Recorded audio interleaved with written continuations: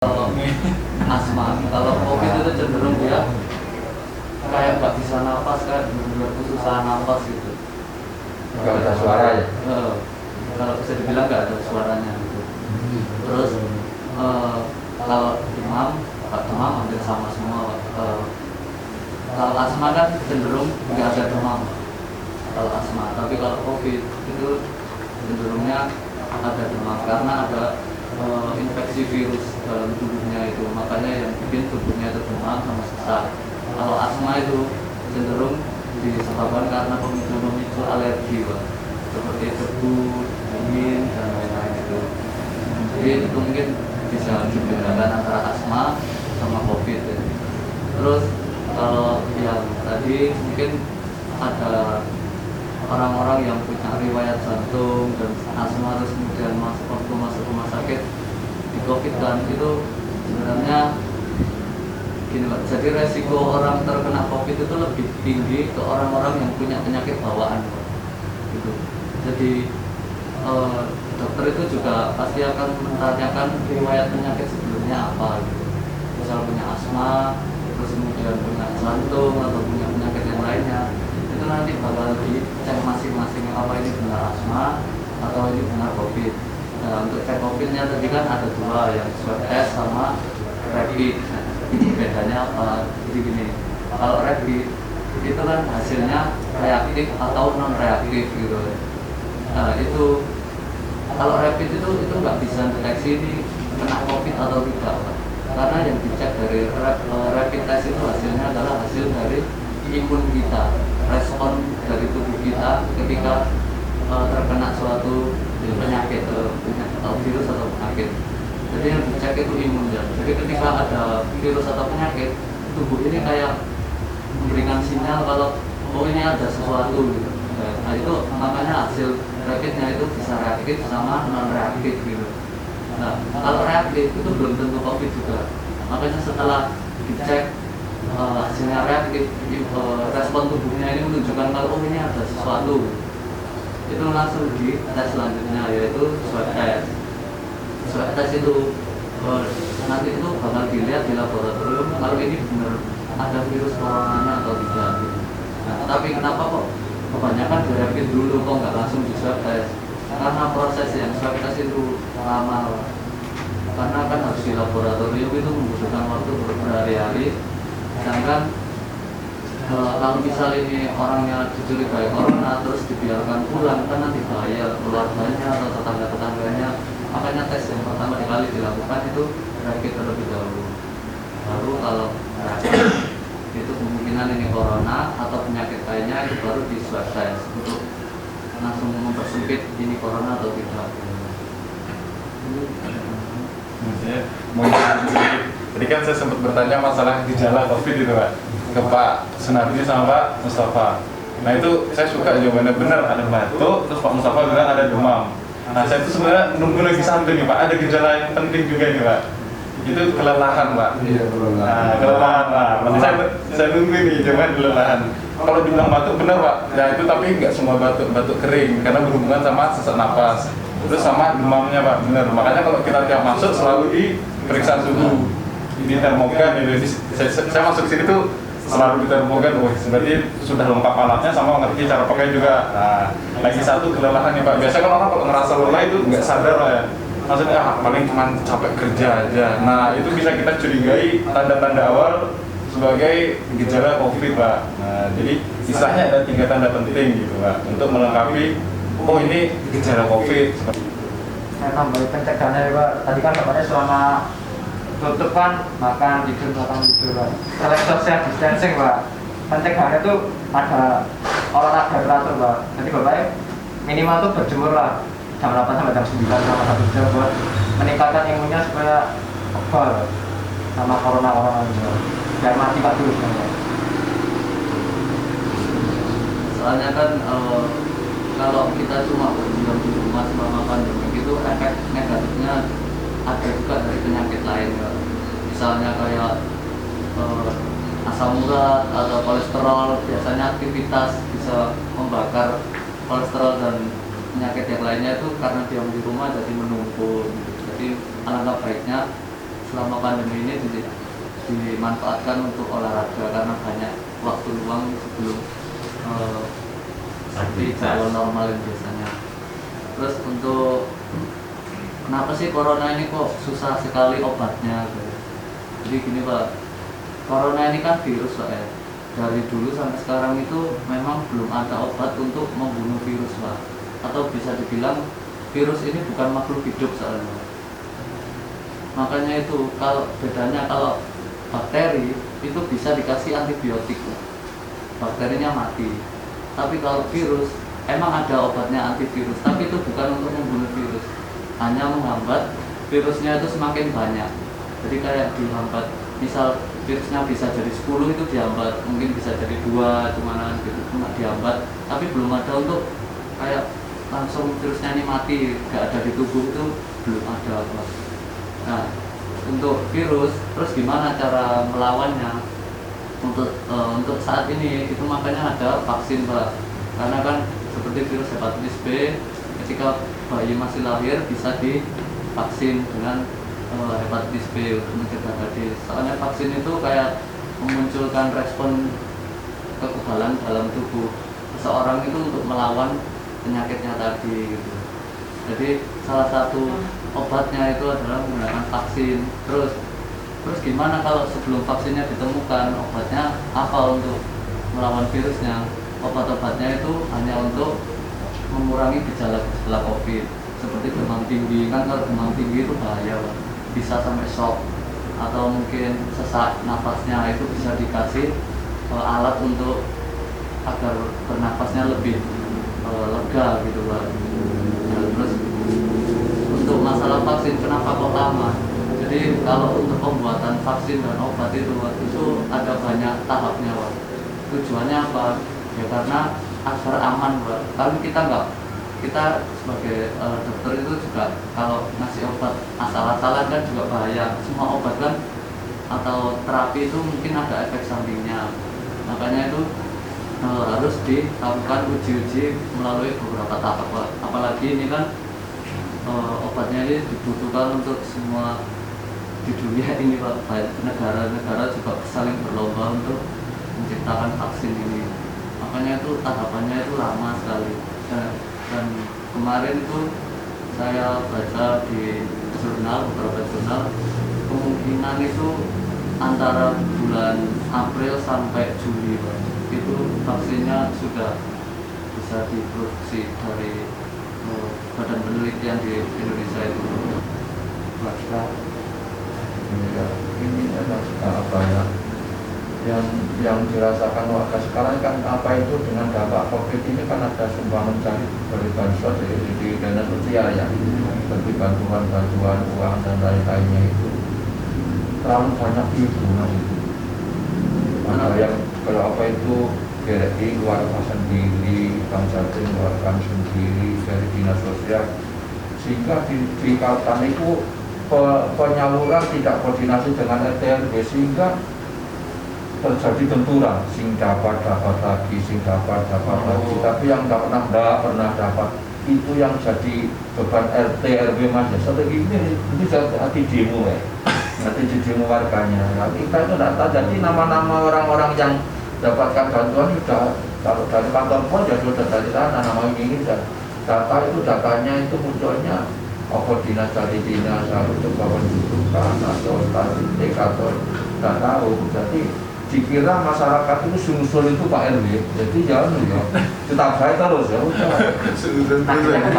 Jadi mestinya kalau memang harapan saya itu boleh satu pintu aja dinas sosial itu.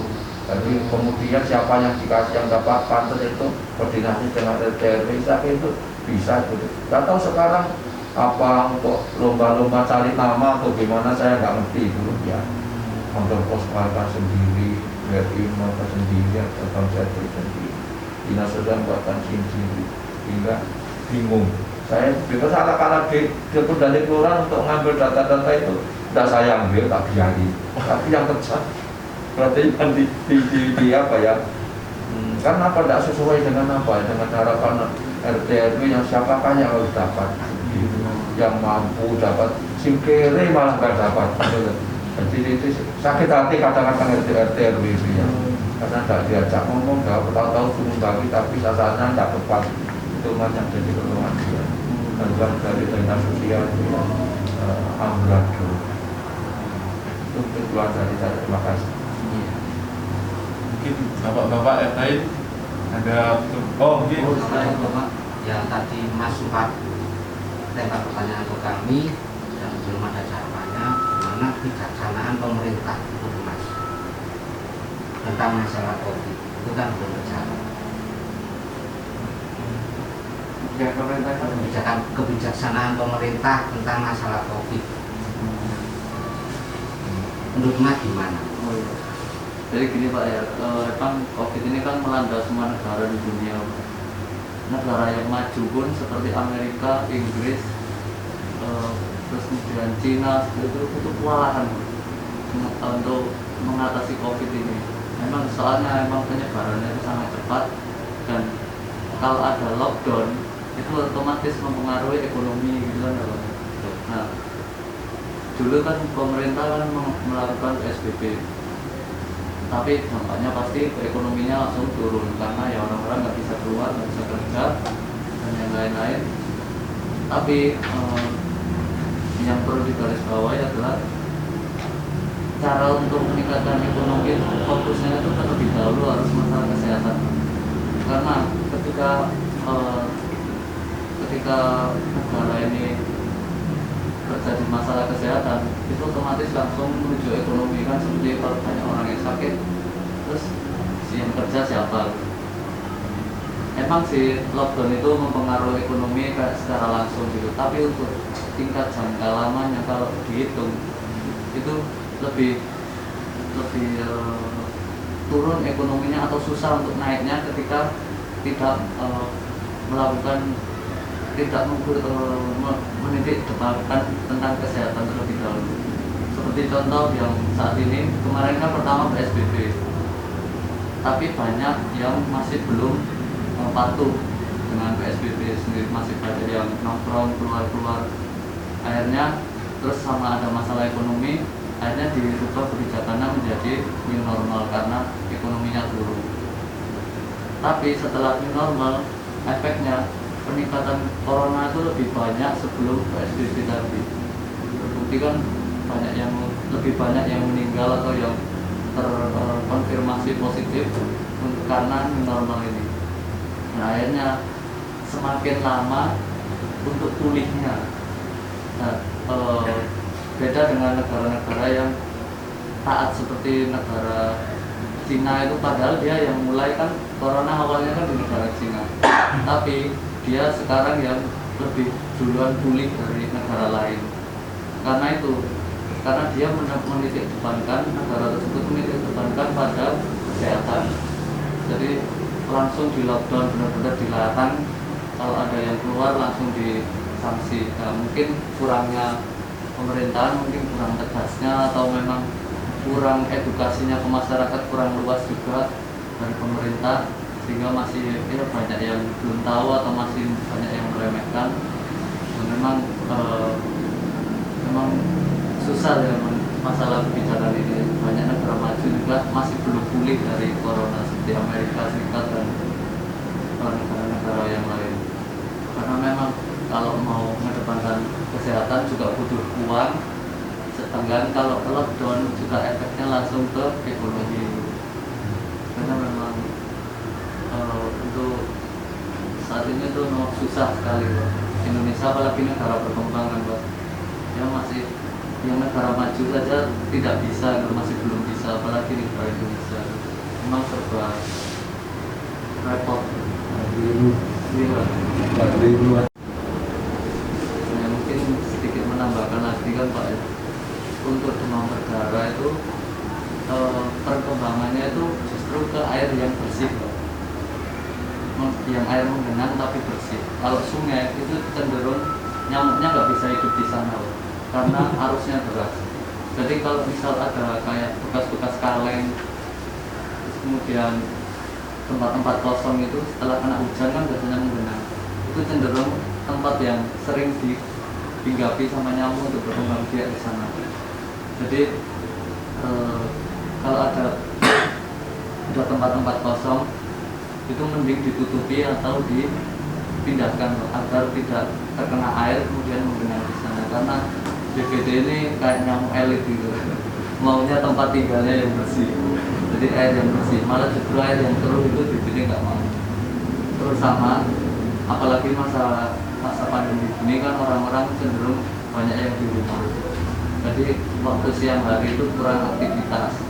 Nah, nyamuk demam berdarah itu menyerangnya umumnya itu kebanyakan waktu siang hari sama pagi hari. Jadi kalau malam hari dia malah istirahat, tapi untuk pagi sama siang malah aktif untuk mencari mangsa. Jadi kalau siang hari disarankan banyak aktivitas atau menggunakan celana yang panjang seperti itu, kemudian kaleng-kaleng bekas di luar rumah itu kalau bisa ditutupi, dipindahkan agar tidak terkena hujan dan mengenangi ada genangan air di sana. Ini nggak ada kalau kaleng mas, ditimbangkan sampai nggak nemu sini. Karena tukang rosoknya sudah dekat, sini tinggal nimbang aja. Terakhir nih Pak, sebelum ditutup ada lagi yang mau disampaikan saya. Ini masih ada yang ditanyakan seputar kesehatan. Banyak gempok. Rencana tiga. Karena potongnya Pak.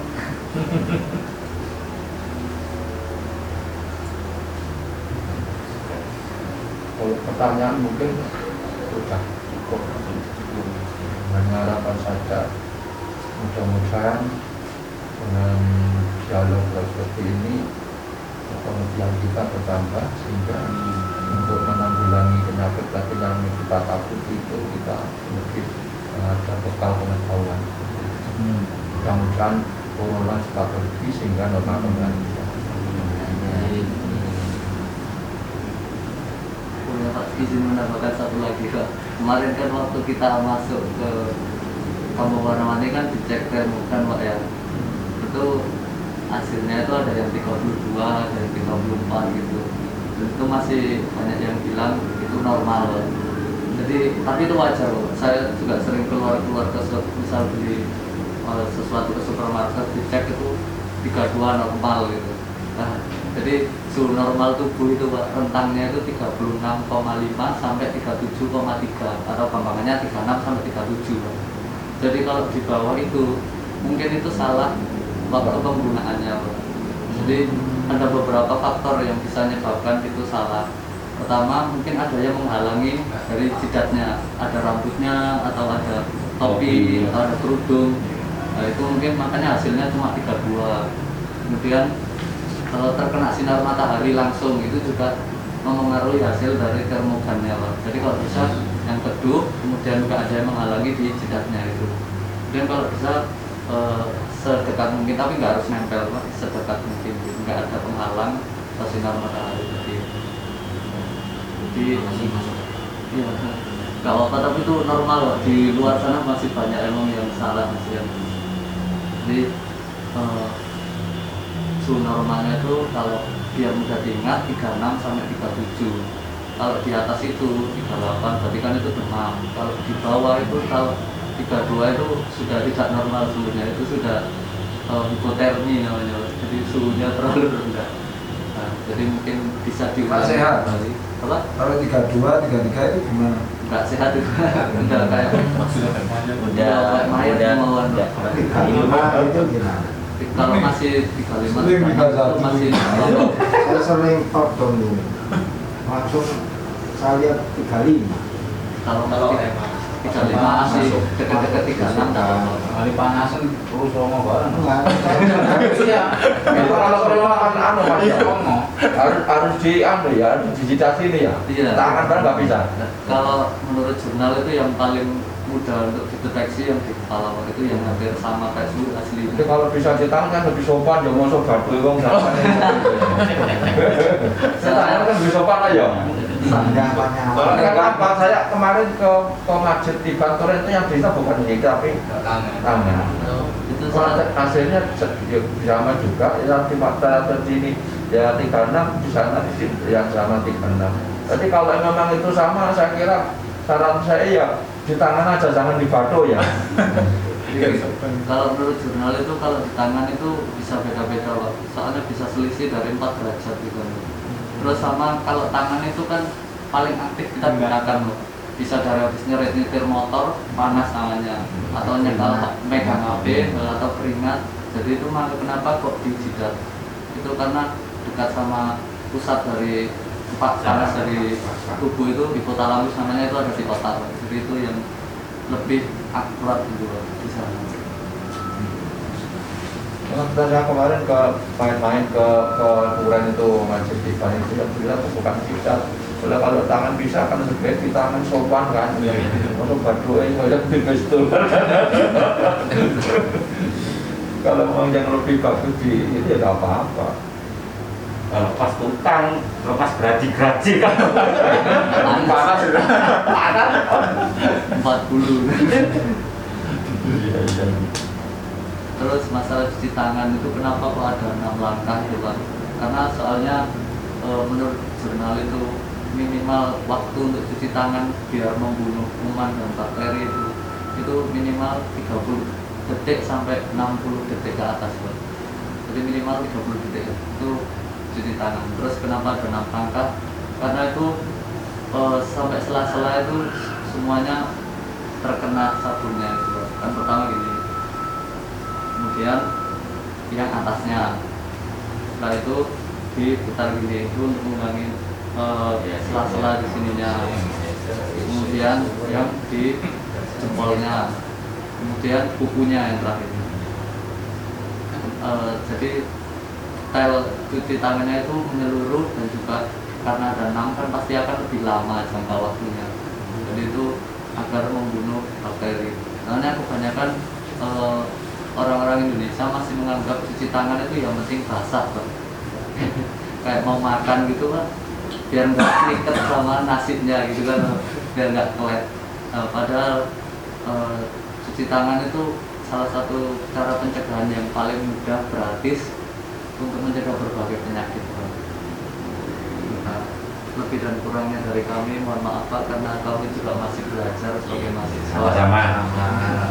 Kita masih berusaha semampunya dalam mengedukasi ke masyarakat. Semoga bermanfaat. Bapak-bapak ini tadi jawabnya sudah ngawur semua ya. Kalau masih lu. Mohon maaf Pak, semisal kita semua ada silap kata gitu atau yang nggak berkenan, mohon maaf, soalnya kita grogi juga ya. Ngadepi bapak ini. Aku sungkan takut kita salah ngomong gitu Pak. Mohon maaf sekali. Sama semua dalam baru perkenalan memang belum Benar. ini aja kita tunjuk-tunjukkan ya.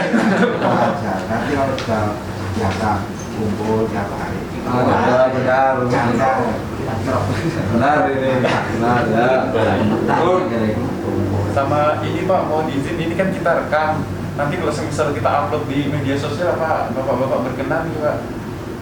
Udah banget. Iya, YouTube gitu Pak.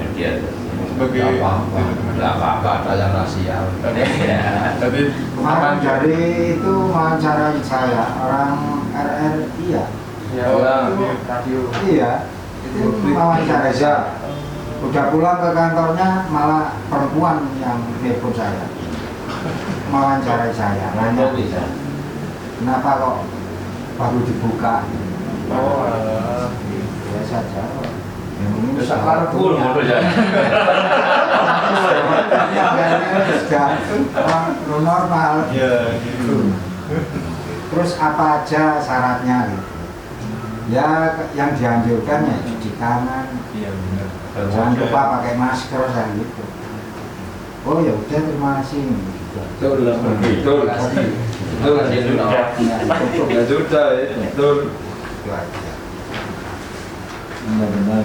Tapi untuk diskusi hari ini saya senang banget karena bapak-bapak sudah banyak yang paham tentang protokol kesehatan, corona, dan juga kemarin waktu kita berkunjung juga, oh, ternyata ini bersih sekali, jalan-jalannya bersih, dan penerapan protokolnya, pengecekannya juga bagus. Oh, di luar dugaan. Luar biasa. Setiap hari di satu semua. 3 pintu 4 pintu. Kalau ada pengunjung yang nggak pas ke tempat sampahnya ya ditanyakan. Kayak ini. Betul lagi. Kaumnya tidak sama ya. Selalu betul nih.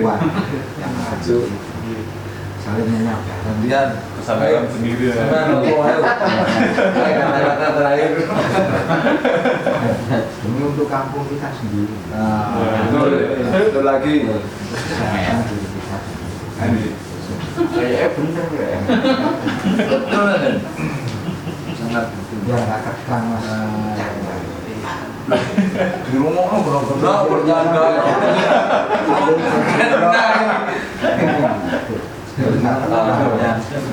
Bukan bercanda. Kalau bercanda. Ya baik, mungkin sekian dari diskusi kita pada hari ini, podcast hari ini. Kurang lebihnya mohon maaf. Assalamualaikum warahmatullahi wabarakatuh.